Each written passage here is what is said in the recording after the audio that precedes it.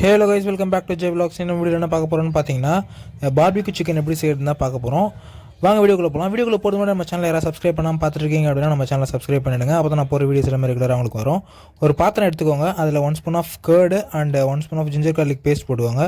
அடுத்து சால்ட் வந்து தேவையான அளவு போட்டுக்கோங்க. அண்டு சில்லி பவுடர் வந்து 1 ஸ்பூன் ஆட் பண்ணிக்கோங்க. அண்ட் இது எல்லாத்தையுமே வந்து பார்த்திங்கன்னா நல்லா பிசைஞ்சிட்டு, நம்ம சிக்கன் பார்த்திங்கன்னா பீஸ் வந்து கொஞ்சம் பெரிய பெரிய பீஸாக வந்து கட் பண்ணி வாங்கியிருக்கேன் இதுக்கு. அதை போட்டுட்டு இதில் நல்லா மசாலா கோட் ஆகிற மாதிரி நல்லா பெரட்டிக்கோங்க. ஓகேங்களா? நல்லா பெரட்டிட்டு இதை ஒரு 30 மினிட்ஸ் நம்ம ஃப்ரிட்ஜில் ஊற வைக்கணும். ஸோ இன்னொரு பிளேட்டில் எடுத்து வச்சுட்டு இதை ஒரு 30 மினிட்ஸ் மினிமம் ஊற வச்சுக்கோங்க. மேக்ஸிமம் 1 ஹவர் கூட நீங்கள் ஊற வைக்கலாம், ஒன்றும் ப்ராப்ளம் இல்லை. ஓகே, இப்போ இது ஃப்ரிட்ஜில் வச்சு நம்ம ஊற வச்சிடலாம். இது ஊறுறதுக்குள்ளே நம்ம வந்து நெருப்பு ரெடி பண்ணிடலாம். ஓகேங்களா? ஏன்னா நெருப்பு எரியறதுக்கு ரொம்ப நேரம் ஆகும், அதனால் நம்ம நெருப்பு ரெடி பண்ணிவிடுவோம். ஸோ இதுக்கு நம்ம கொட்டாங்குச்சி, கட்டை அதெல்லாம் எடுத்து போட்டு நம்ம நெருப்பு எரிய வச்சோம். ரொம்ப நேரம் எரிய வச்சுருந்தனால ஒரு 1/2 ஹவருக்கு முன்னாடி நம்ம ஸ்டார்ட் பண்ணது நல்லதாக போச்சு. One eternity later. ஒரு வேளை நம்ம நெருப்பையுமே வர வச்சாச்சு.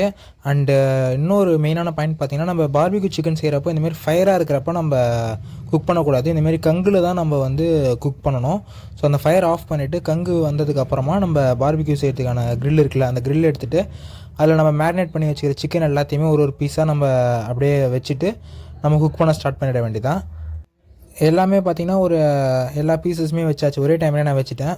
டபுள் டைம்லாம் கிடையாது, சிங்கிள் டைம்லேயே எல்லா பீஸுமே வச்சுட்டு நான் வந்து குக் பண்ண ஸ்டார்ட் பண்ணிட்டேன். என்ன ஒன்று, நம்ம இது தீயாமல் பார்த்துக்கிட்டே இருக்கணும். ஓகேங்களா? அண்டு இன்பிட்வீனில் என்ன பண்ணுங்கள், பட்டர் வந்து கொஞ்சம் கொஞ்சம் அதில் ஸ்ப்ரெட் பண்ணிட்டு விட்டுகிட்டே இருங்க. இந்தமாரி நெருப்பு எரியாமல் பார்த்துக்கோங்க. நெருப்பு எரிஞ்சிது அப்படின்னா நம்மளுக்கு அடி பிடிச்சிடும். நான் காட்டுறேன் பாருங்கள். நெருப்பு எரிஞ்சதுனால எனக்கு கொஞ்சம் பேர்ன் ஆகிடுச்சு. நீங்களே அதை பாருங்கள், அது தெரியுதா? பிளாக் ஆகிடுச்சு. ஸோ அந்தமாரி ஆகாமல் இருக்கிறதுக்கு அந்த நெருப்பு எரியாமல் நீங்கள் அந்த கங்குலே வைக்கிறதுக்கு ட்ரை பண்ணுங்கள். அண்ட் பட்டர் ஸ்ப்ரெட் பண்ணிகிட்டே இருங்க. ஈச் அண்ட் ஒரு 2 மினிட்ஸ் ஒன்ஸ் நீங்கள் பட்டர் ஸ்ப்ரெட் பண்ணிகிட்டே இருந்தீங்கன்னா உங்களுக்கு ப்ராப்பராக குக் ஆகிடும். இந்தமாரி பாக்ஸ் இருந்துச்சுன்னா க்ளோஸ் பண்ணிவிட்டு அதை குக் பண்ணுங்கள். மேக்ஸிமம் ஒரு 1/2 ஹவர் ஆகும் இது குக் ஆகிறதுக்கு. ஏன்னா நம்ம அந்த கங்குலே குக் பண்ணுறதுனால இது டைம் எடுக்கும். ஓகேவா? ஓகே, இப்போ குக் பண்ணி முடிச்சாச்சு. எல்லாமே ப்ராப்பராக குக் ஆகிடுச்சு, நல்லாவும் குக் ஆகிருக்கு. பட் அந்த பேர்னிங் மட்டும், ஃபயர் அதிகமாகறதுனால அந்த பேர்ன் மட்டும் ஆகிடுச்சு. நீங்கள் அந்த ஃபயர் இல்லாமல் பார்த்து குக் பண்ணிக்கோங்க. நல்லா ஜூஸியாக தான் சிக்கனும் குக் ஆகிருக்கு. டேஸ்ட் பார்த்தீங்கன்னா ரொம்ப நல்லாவே இருந்துச்சு. நீங்கள் இந்த ரெசிபி ட்ரை பண்ணி பார்த்துட்டு எப்படி இருக்குன்றதை கீழே கமெண்ட்டில் சொல்லுங்கள். நாளைக்கு இன்னொரு பார்க்குறேன். Until then bye by.